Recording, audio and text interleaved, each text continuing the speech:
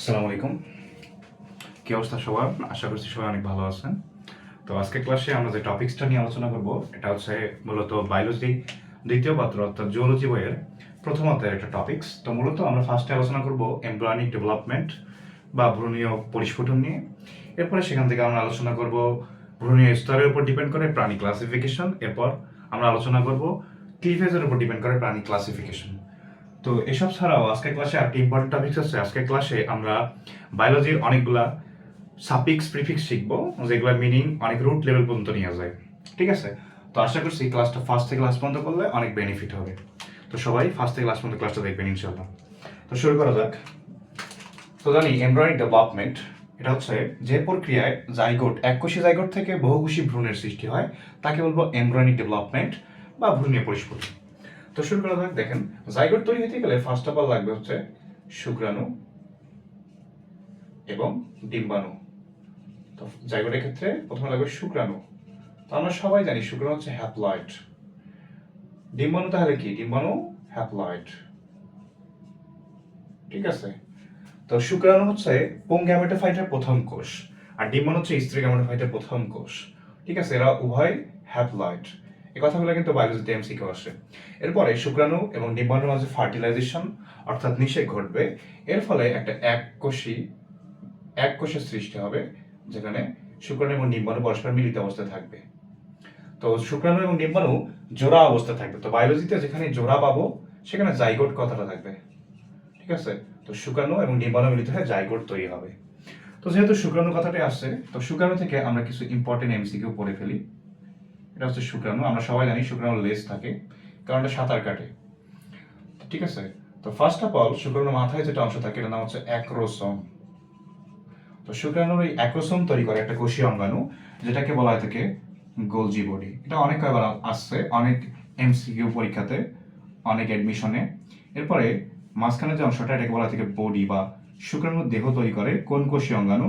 এটা হচ্ছে মাইটোকন্ড্রিয়া। ঠিক আছে? এরপর লাস্টের যে অংশ এটা হচ্ছে টেইল বা লেজ। শুক্রাণুর লেজ তৈরি করে যে অঙ্গাণু সেটাকে বলা হয় সেন্ট্রিওল। সেন্ট্রিওল। ঠিক আছে? এর মধ্যে মাইটোকন্ড্রিয়াকে কোষের পাওয়ার হাউস বা শক্তিঘর বলা হয়, আমরা সকলে জানি। দেখেন, এরপরে সেই এককোষী জাইগোটের মাঝে বিভাজন হবে। বিভাজনটা হচ্ছে মাইটোসিস ধরনের। মাইটোসিস বিভাজন হবে এবং এই মাইটোসিস বিভাজনটার একটা স্পেশাল নাম আছে। এই নামটাকে বলা হয় ক্লিভেজ। তাহলে ক্লিভেজ কাকে বলবো? জাইগোটের বিভাজনকে ক্লিভেজ বলবো। দেখেন, এই ক্লিভেজের মাঝে অর্থাৎ এই জাইগোটের মাঝে ক্লিভেজ হবে অর্থাৎ মাইটোসিস বিভাজন হবে এবং সেখান থেকে একটা নিরেট গঠন তৈরি হবে। ফুটবলের মতো একটা নিরেট গঠন তৈরি হবে। নিরেট মানে কি? ভিতরে কোনো ফাঁকা জায়গা নাই। এটা হচ্ছে নিরেট গঠন আর এখানে নিউক্লিয়াস থাকবে আর কি। তো এই নিরেট গঠনটাকে বলা হয় থাকে মরুলা। মরুলা। ঠিক আছে? তো বায়োলজিতে যেখানে আমরা এই উলা অংশটা দেখব, উলাটা দেখব, সেটা মানে আমরা বুঝিয়ে দেবো ক্ষুদ্র অংশ। ঠিক আছে? ঠিক সেরকম মরুলাটা হচ্ছে একটা ক্ষুদ্র অংশ। তো মরুলার দশায় যে কোষগুলোর সৃষ্টি হয় এই কোষগুলোকে বলা হয় থাকে ব্লাস্টোমিয়ার। আর মিয়ার কথাটা যেখানে দেখব সেটা মানে আমরা মনে রাখবো যে অংশ। ঠিক আছে? এর পরবর্তীতে কি হয়? এই মরুলা থেকে মরুলার ভিতরে ব্লাস্ট হয়। ব্লাস্ট হয়ে একটা ফাঁকা গহ্বরের সৃষ্টি হয়। তো মরুলা যেহেতু ব্লাস্ট হয়েছে এই জন্য এই দশার নাম হচ্ছে ব্লাস্টুলা। Very simple. তো পরীক্ষায় কোশ্চেন আসে যে মরুলা দশা দেখতে কেমন, নিরেট না ফাঁপা? তাহলে মরুলা দশাটা হচ্ছে নিরেট। ঠিক আছে? এরপরে আসেন যে দশাটা সৃষ্টি হয়েছিল হচ্ছে ব্লাস্টুলা। অনেক ক্ষুদ্র অংশ যেহেতু ব্লাস্টুলা। ঠিক আছে? এই ব্লাস্টুলা দশায় যে গহ্বরটা সৃষ্টি হয় এটাকে বলা হয় ব্লাস্টোসিল। বায়োলজিতে আমরা সিল মানে হচ্ছে গহ্বর, দেহ গহ্বর, এটা জানি। আর ব্লাস্টুলা দশায় কোষগুলো যে স্তরে বিন্যস্ত হয়েছে, কোষীয় স্তর, এই কোষীয় স্তরগুলোকে বলা থাকে ব্লাস্টো। যেহেতু ব্লাস্টুলা দশা এই জন্য ব্লাস্টো। আর বায়োলজিতে ডার্ম মানে হচ্ছে স্তর। ঠিক আছে? এই জন্য স্তরগুলোকে বলা থাকে ব্লাস্টো ডার্ম। এই ব্লাস্টো দশার পরবর্তীতে কি হয়? আমাদের যে ব্লাস্টো ডার্ম গুলো আছে এগুলো দুইটা স্তরে বিন্যস্ত হয়, অর্থাৎ গঠন দেখতে মোটামুটি এইরকম হয়। অর্থাৎ ভিতরের দিকে এক সারি কোষ থাকে এবং বাহিরের দিকে এক সারি কোষ থাকে। তো বায়োলজিতে আমরা কি বলছি, ডার্ম মানে হচ্ছে স্তর, ঠিক আছে, আর ভিতরের দিকে একটা স্তর তৈরি হবে এবং বাইরের দিকে একটা স্তর তৈরি হবে, এগুলো কি কোষ, এর মধ্যে নিউক্লিয়াস থাকবে, সবাই বুঝতে পারছেন, এমসিকিউতে এত কিছু আসে না, এর মাঝে নিউক্লিয়াস থাকবে। তো বাহিরের দিকে আমরা বায়োলজিতে মনে রাখবো যে একটো মানে বাহির আর এন্ডো মানে হচ্ছে ভিতর, ঠিক আছে। আর এদের সাথে একটা কথা যুক্ত করতে হবে, সেটা হচ্ছে ডার্ম, আমাদের ডার্ম মানে হচ্ছে স্তর। তো একটোডার্ম এবং এন্ডোডার্ম সৃষ্টি হয় এবং এদের মাঝে সৃষ্টি হচ্ছে আর্ক এন্টেরন, আর্ক মানে হচ্ছে আদি প্লাস এন্টেরন, এন্টেরন মানে হচ্ছে অন্ত্র। তাহলে দেখেন যে এই দশায় আমাদের আদি অন্ত্র তৈরি হয়, বিধায় এই দশাকে বলা হয় থাকে গ্যাস্ট্রুলা, গ্যাস্ট্রুলা দশা। তো কারো কারো ক্ষেত্রে এই দশায় দুইটা স্তর সৃষ্টি হয় এবং কিছু কিছু প্রাণী আছে যাদের ক্ষেত্রে এই একটোডার্ম এবং এন্ডোডার্ম থেকে কিছু কোষের মাইগ্রেশন ঘটে, মাইগ্রেশন ঘটে সেই কোষগুলো মাঝের স্তরে চলে আসে।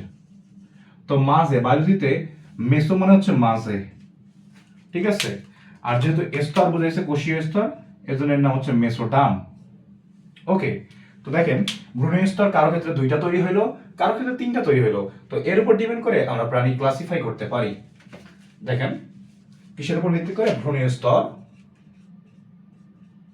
বা জার্মিনাল লেয়ার, ইংরেজিতে বলা হয় জার্মিনাল লেয়ার।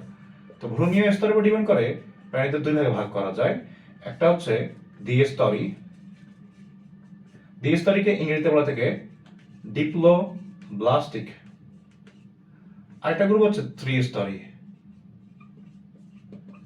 ত্রিস্তরীকে বলা থেকে ইংরেজিতে ট্রিপ্লোব্লাস্টিক।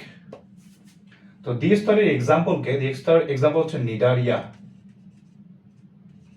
নিডারিয়া, নিডারিয়া হচ্ছে প্রাণী জগতের 2 নম্বর পর্ব। আর ত্রিস্তরী এটা হচ্ছে প্লাটিহেলমিনথেস থেকে শুরু করে একবারে কর্ডাটা পর্যন্ত, ঠিক আছে। তো অনেকের মধ্যে কোশ্চেন থাকতে পারে যে ভাইয়া এদের ক্ষেত্রে 2টা স্তর তৈরি হয়েছে, 3টা স্তর, তাহলে ওদের ক্ষেত্রে ফাঁকা জায়গাটাই কি ছিল? তো ওদের ক্ষেত্রে ফাঁকা জায়গায় একটা অকোষীয় বস্তু থাকে যেটার নাম হচ্ছে মেসোগ্লিয়া, মেসোগ্লিয়াটা হচ্ছে অকোষীয় পদার্থ, অকোষীয় বস্তু থাকে, ঠিক আছে। মেসোগ্লিয়া আঠা সদৃশ, গুলু মানে আঠা, ঠিক আছে। তো এটা গেল ভ্রূণীয় স্তরের উপর প্রাণী ক্লাসিফিকেশন। আমাদের আরেকটা ইম্পর্টেন্ট টপিকস বাকি আছে, সেটা এখন আমরা করব, সেটা হচ্ছে ক্লিভেজের উপর ডিপেন্ড করে প্রাণী ক্লাসিফিকেশন। এই যে ক্লিভেজ আমরা পড়ছি, এই ক্লিভেজের উপর ডিপেন্ড করে প্রাণী ক্লাসিফিকেশন। তো এক নম্বর হচ্ছে পরিণতির উপর ডিপেন্ড করে, পরিণতির উপর ডিপেন্ড করে ক্লিভেজ 2 প্রকার, একটা হচ্ছে নির্দিষ্ট বা ইংরেজিতে বলা থেকে ডিটারমিনেন্ট ক্লিভেজ, আর 2 নম্বরটা হচ্ছে অনির্দিষ্ট, ঠিক আছে। তো ক্লিভেজ দেখেন আমাদের যে ব্লাস্টোমিয়ার গুলো তৈরি হয়, এরকম ব্লাস্টোমিয়ার তৈরি হয়, এই ব্লাস্টোমিয়ার গুলো পরবর্তীতে ব্লাস্টোডার্মে কিন্তু পরিণত হয়, ঠিক আছে। আর এই ব্লাস্টোডার্ম যেগুলো আমাদের তৈরি হয়েছে, একটোডার্ম, এন্ডোডার্ম, মেসোডার্ম, এগুলো থেকেই আমাদের সকল অঙ্গ প্রত্যঙ্গ তৈরি হয় অর্গানোজেনেসিস প্রক্রিয়ার মাধ্যমে, ঠিক আছে। তো ব্লাস্টোমিয়ার গুলো থেকে, যেমন এই ব্লাস্টোমিয়ার থেকে অনেক সময় ফিক্সড করা থাকে, যেমন আই তৈরি হবে, এটা থেকে তৈরি হবে এয়ার, এটা থেকে তৈরি হবে হ্যান্ড। তো মনে করেন কারো ক্ষেত্রে এই ব্লাস্টোমিয়ারটা নষ্ট হয়ে গেছে, তো তার কি হবে, তার ক্ষেত্রে চোখ তৈরি হবে না, অর্থাৎ চোখের সমস্যা হবে, অর্থাৎ চোখে দেখবে না। তো এই ক্লিভেজটা কি বলা থাকে নির্দিষ্ট ক্লিভেজ। আর অনির্দিষ্ট ক্লিভেজ কি জিনিস, মনে করেন এই ব্লাস্টোমিয়ারটা নষ্ট হয়ে গেছে, তো পাশেটা থেকে কোষ আই তৈরি হয়েছে, এটা হচ্ছে অনির্দিষ্ট ক্লিভেজ। এটাই গেল 2 নম্বর, বিভাজন তলের ভিত্তিতে।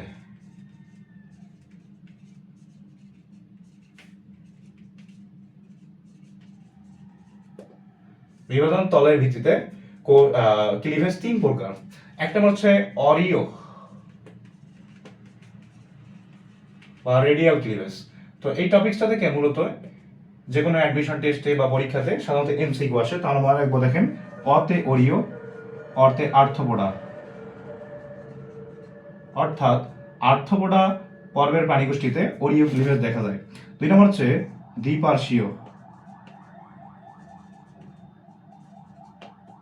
দ্বিপার্শ্বীয় বা বাইরেডিয়াল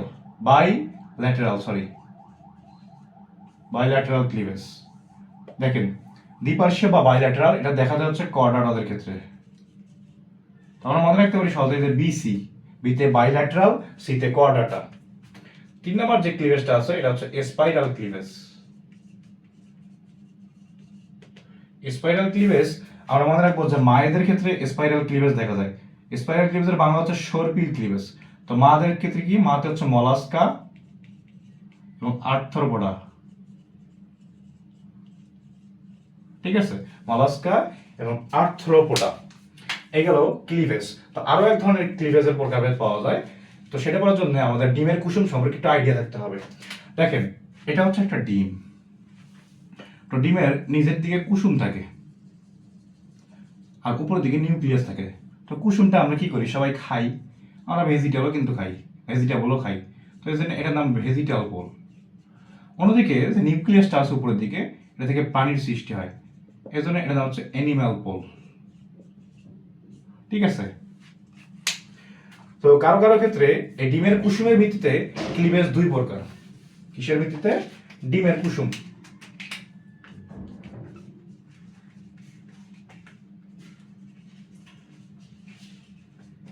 ডিমের কুসুমের ভিত্তিতে ক্লিভেজ 2 প্রকার। একটা হচ্ছে মেরো ব্লাস্টিক, আর 2 নম্বরটা হচ্ছে হলো ব্লাস্টিক ক্লিভেজ। হলো ব্লাস্টিক। দেখেন এটা একটা ডিম, এর ক্ষেত্রে নিউক্লিয়াসটা থাকে মাঝখানে। তো এর ক্ষেত্রে ক্লিভেজটা কি হয়, সম্পূর্ণভাবে ঘটে। তো এর ক্ষেত্রে হলো ব্লাস্টিক, হলো মানে সম্পূর্ণ ক্লিভেজ ঘটে। আর কারো কারো ক্ষেত্রে যেমন আগে আমরা ডিমটার ছবি দেখলাম, ওখানে দেখেন কুসুম থাকে এইখানে, নিউক্লিয়াস থাকে এইখানে, সো ক্লিভেজটা এখানে বাধা পায় এবং শুধু এইটুকু জায়গার মধ্যেই ঘটে। অর্থাৎ দেখেন আংশিক ক্লিভেজ ঘটে। আর বায়োলজিতে মেরো মানে হচ্ছে আংশিক, তো মেরোব্লাস্টিকের ক্ষেত্রে আংশিক ক্লিভেজ ঘটে। তো এই হচ্ছে আমাদের এমব্রায়োনিক ডেভেলপমেন্ট, তারপরে ভ্রূণীয় স্তরের উপর ডিপেন্ড করে প্রাণী ক্লাসিফিকেশন, এবং সবশেষ ক্লিভেজের উপর ডিপেন্ড করে প্রাণী ক্লাসিফিকেশন। তো পুরো ক্লাসটা ফার্স্ট থেকে লাস্ট পর্যন্ত করলে ইনশাল্লাহ পুরো টপিকসটা ক্লিয়ার হয়ে যাবে। এবং এখান থেকে প্রতি বছর যে কোনো অ্যাডমিশন টেস্টে মোটামুটি আসে কোশ্চেন। তো সবাই ফার্স্ট থেকে লাস্ট পর্যন্ত ইনশাল্লাহ করবেন। আজকে এই পর্যন্তই। আসসালামু আলাইকুম, ধন্যবাদ সবাইকে।